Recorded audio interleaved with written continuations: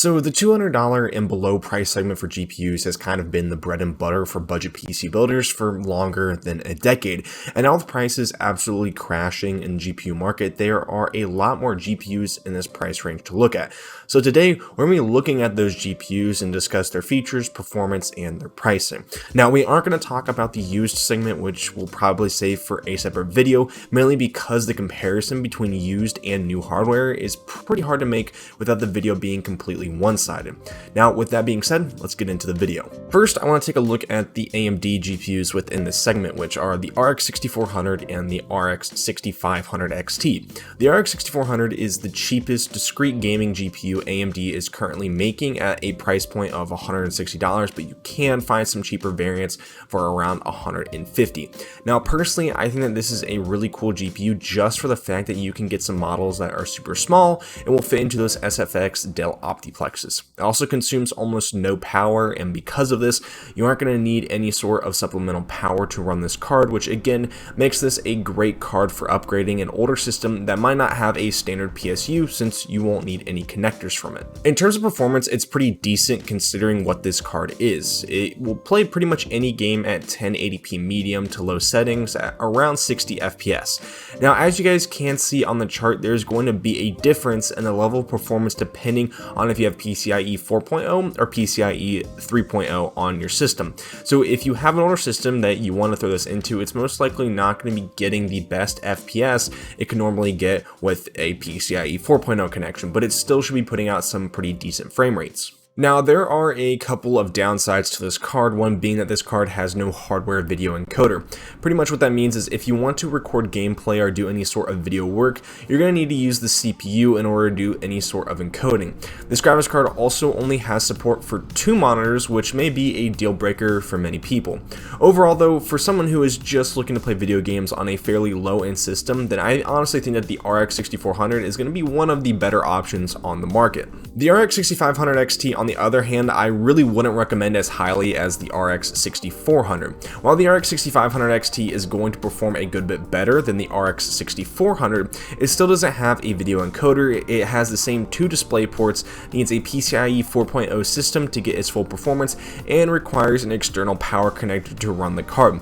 Because of this, this card isn't going to come in a SFX form factor, which was one of the main reasons that I consider the RX 6400 a good deal in the first place. Considering all of this and the fact that this card is going for around $180 right now, if you are looking at either the RX 6500 XT or the RX 6400 for gaming, I would definitely just go with the RX 6400 and spend the extra money on another part of the system, or just outright buy a different GPU. Next, we'll take a look at the Nvidia cards within this price range. So as of now, there are only 2 cards that are within this price range, and those are the GTX 1650 and its variants, along with the GTX 1630.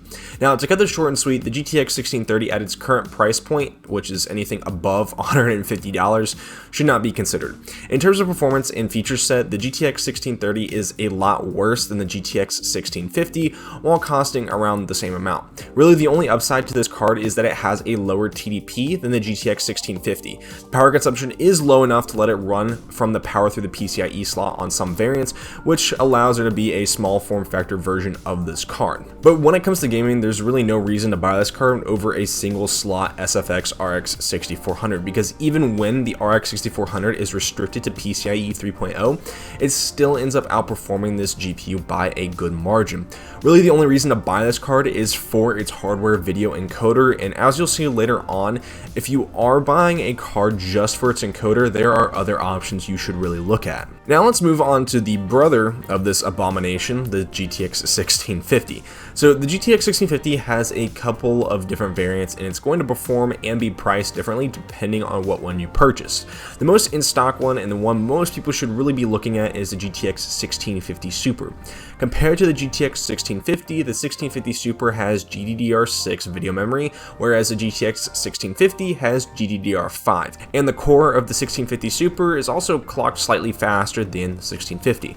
Now the main reason I say to buy the 1650 Super over the base 1650 is that for the most part, they come in at around the same price, and really why would you pay the same amount of money to get just general worse performance?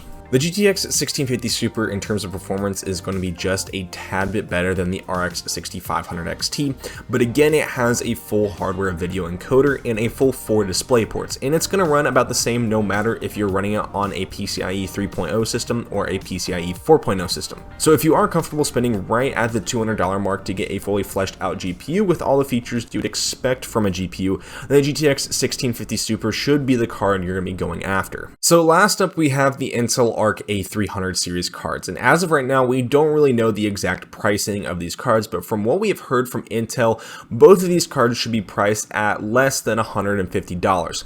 Along with that, we have only gotten benchmarks on the A380 and not the A330, but I think we can pretty much draw conclusions about these cards from the benchmarks and reviews we've already seen on the A380. But I'm just going to come out and say this right now: for people who don't want a card to crash and give you driver issues, then I really wouldn't buy Intel Arc right away.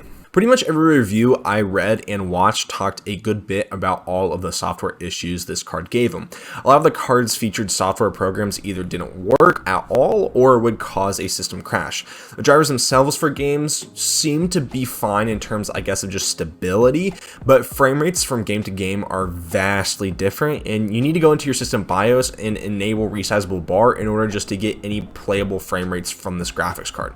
Now, even if you get this GPU in a game where it performs well and rebar is enabled, it's still just a bit better than the RX 6400 and a bit worse than the RX 6500 XT. But there is one major upside to this card, and that is the fact that it is the only GPU to have an AV1 hardware encoder.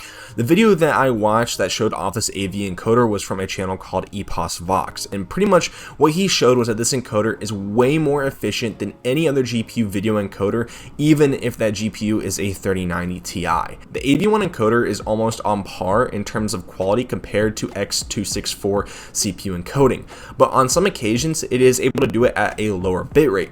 So if you want to watch the full video about this AV1 encoder, I would definitely check it out in the description. And if you are someone who just may want to stream and do video editing and you really don't want to pay a lot for a GPU and you might want to play some games here and there, I think the Intel Arc A300 series cards are going to be a great buy for you, and I'll be sure to do more content on them when they do end up going on sale. Now, if you guys do want to check out some of the items mentioned in the video, most of them should be linked in the description, and if you guys have any questions on the topic, feel free to leave those in the comments down below. I'll try to get back to you as soon as possible, and other than that, I don't have much else to talk about. So if you guys enjoyed the video or found it helpful, make sure to leave a like on it, and if you guys want to see more content like this, then make sure to subscribe, and I'll see you guys in the next one. Peace out.